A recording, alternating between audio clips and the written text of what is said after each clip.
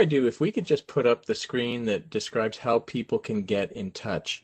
It's about 10 to 9. We were scheduled to go until 9 o'clock, so no, other people may not be able to stay past 9. If you are not able to get your question answered tonight, you can send an email to communityliaison@lura.ca, and all of the questions, the various questions that they get, they'll be compiling them and they'll put them up on the web so that you can see your question and your answer that's there. Or you can call that hotline 647-578-8580. We also have another public meeting scheduled for April the 6th, so if you're not able to get your call or your question answered tonight, if you also go to the website toronto.ca/modular housing, there's a form that you can fill out with your comments.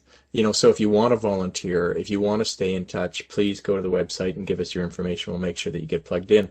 We're going to go to Leo. I'm just going to ask our panel if it's okay if we could go 15 minutes past 9 o'clock. That way we'll get a few more questions in, and then we'll go to the final comments if that's possible. So I'm just going to ask our panel if they would indulge to keep going for a little bit, and thank you very much for doing that.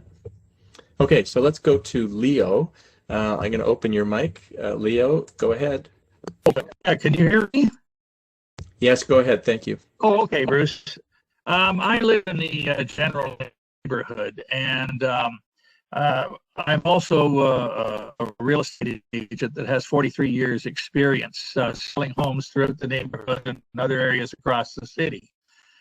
One thing that I notice about this project, and I'm sure that people are going to be horrified by my description, but I see it as nothing less than a self-storage unit that you would find where people just dump their goods that's being plopped on that land.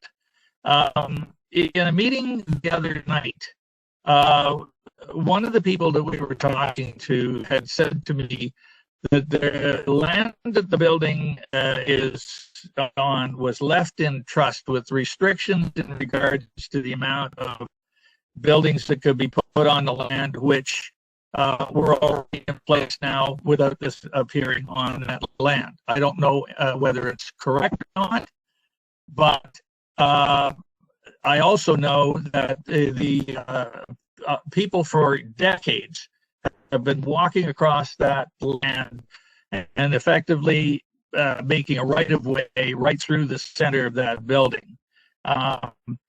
Everybody that's been talking tonight has, in my opinion, a few people who've made some very good points, and the good points are that we need to do something for these people and everything else like that. But I feel as if I'm being talked to by a bunch of con artists that's trying to basically tell us that this is already a job that's been done, and it's the slickest presentation I've ever seen. And I'm disgusted, absolutely disgusted by the way you people have been talking to the locals. It's as if nobody counts. I can tell you that the majority of people in that neighborhood are horrified by this project. They do not want to go through. Mr. Filion is in a position where he's led people to believe that this is fine by everybody and there's no problem at all and everything else like that. It is not true. And the fight that you're going to get into on this one is going to be monumental. Now, having said that, there are other areas in the condo, the Artillery project that you guys have never developed, that is acres and acres of land.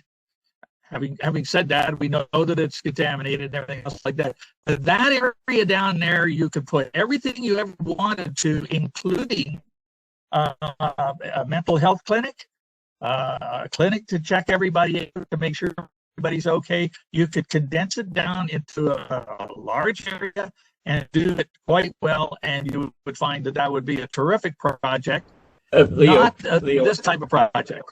I appreciate you have views, and we are here to listen to your views. I also know that we have other folks that we want to get on, but you've made your point and very, very clearly. By the way, a territory is now called West Donlands. Yeah. Okay, West Donlands. Okay, but what I'm trying to tell you is I'm perfectly willing to go down and talk to John Tory and give him ideas. I could get guys from the Toronto Real Estate Board to come along. they would be able to probably put projects together for you guys that you could never ever fill. So I know Willing to do that. And also know John Tory.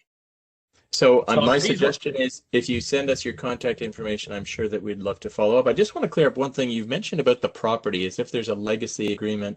And I'm not a lawyer, but I do know that there's been some discussion about whether there's a restrictive covenant or whether somehow there's a restriction on how that property can be used. I'm not the expert, but I do know this has come up in our earlier conversations. Can we just touch, can someone just quickly address that? Because it's a misinformation thing, I think, that's going on in the community. Does anyone have the answer? Is there a restrictive covenant on title that limits this project from happening, or that basically prohibits this project from happening? Can anyone answer that? Yes, Bruce, I can. It's Abby here. So we can confirm that there are no restrictive covenants right now on title that we've been able to find that would limit what we're able to do on this site. Okay, thank you very much. So Leo, if you have views about this site or other sites, obviously we've heard you, but also if you want to put some suggestions in writing, I'm sure that we would love to hear some positive suggestions.